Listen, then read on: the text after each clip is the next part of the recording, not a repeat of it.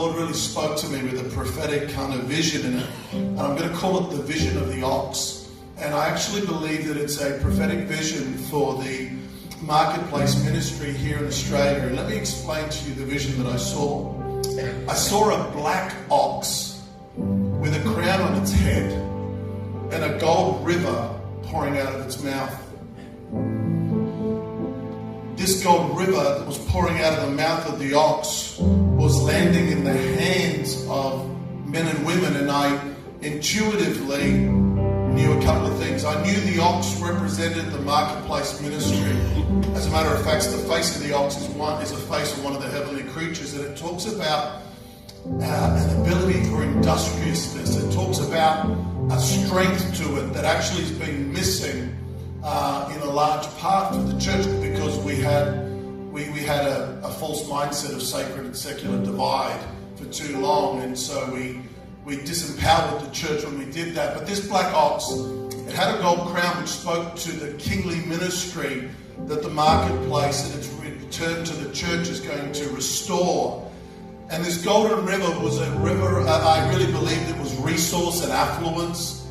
And this river was coming out of its mouth and landing in the hands of these men and women. And I knew that these men and women were actually leaders and heads of ministries, and that were being equipped and empowered and just kind of fueled to get on with the work that's in front of them without, I think sometimes the church gets in trouble with all its schemes, with some of the schemes of raising money and silly things, only because the marketplace ministries haven't taken their place yet. Well, they weren't allowed to take their place, to be truthful. I think that works both ways.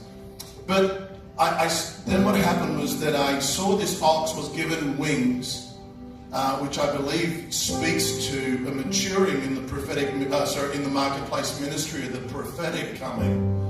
And it began to fly to different major cities and find leaders and people that were on kingdom assignment and begin to pour this golden river over them. And as they did that, what I saw was that these regions started to come on fire. And it was like, they were there, everything was ready, but somehow when the golden river hit them, it just made everything come alive. And I believe that that's a picture of the assignment of why God is maturing and raising the marketplace ministry in this nation. I want to give you a couple of scriptures, which is in Psalm 92:10. It says, "But you have exalted my horn like that of the wild ox, and I have been anointed with fresh oil." 3 weeks ago I was at a conference. I was speaking at a conference in Sydney, and I had a room probably about this size, and we did this activation of the saints. I asked them to stand up, and we were talking about this fresh oil that's coming on the saints. And as I was praying and we were just doing this release, a lady came running down from the back and, saying, Pastor, and I thought, oh gee, what's going on? And when she came down, there was just, I've never seen this before, so I'm just telling you because maybe you can help me understand this. She came down and she said, I want you to look at my hands, and there was oil pouring out of her hands. This is just a supernatural thing. And she said to me, what should I do? As if I know what to do. I just said, I'm not sure. I was tempted to say, would you mind just standing there for a minute so I can take a photo? I don't know, but I spoke to one of the other ministers there, and he just said, Dave, I just think it's a sign and a wonder.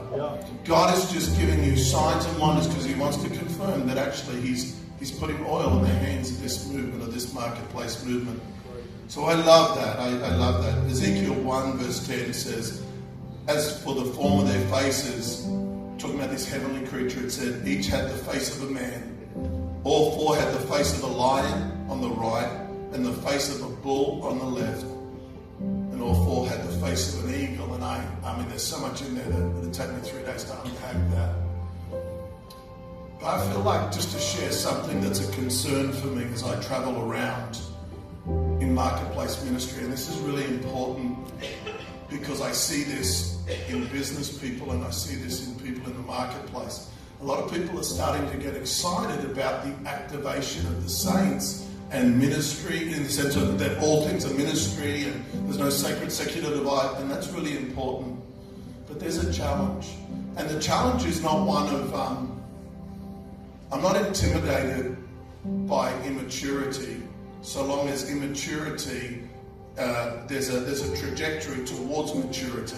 So I'm not intimidated when I've had many business people come up and ask me to coach, and kingdom business people come up to coach, and I know all they're looking for is for me to help them make a couple of extra, some money, more, to double their business or triple their business. So I'm not intimidated about that. I don't love that in and of itself, because I go, they need a greater revelation that it's more than simply just money, that it's much bigger than that. It's got to do with the reconciliation of all things, not just the accumulation of wealth. But I feel like there's a challenge upon us, and here's the challenge. And I'm going to give it to you in a bit of an analogy here. In King David's life, there were 3 gatherings, 3 times where people gathered to him. The first time that they had someone gathered, a group gathered to David, was in the cave of Adullam. And in the cave of Adullam, it says that those that gathered to David were those that were distressed and in debt and criminals.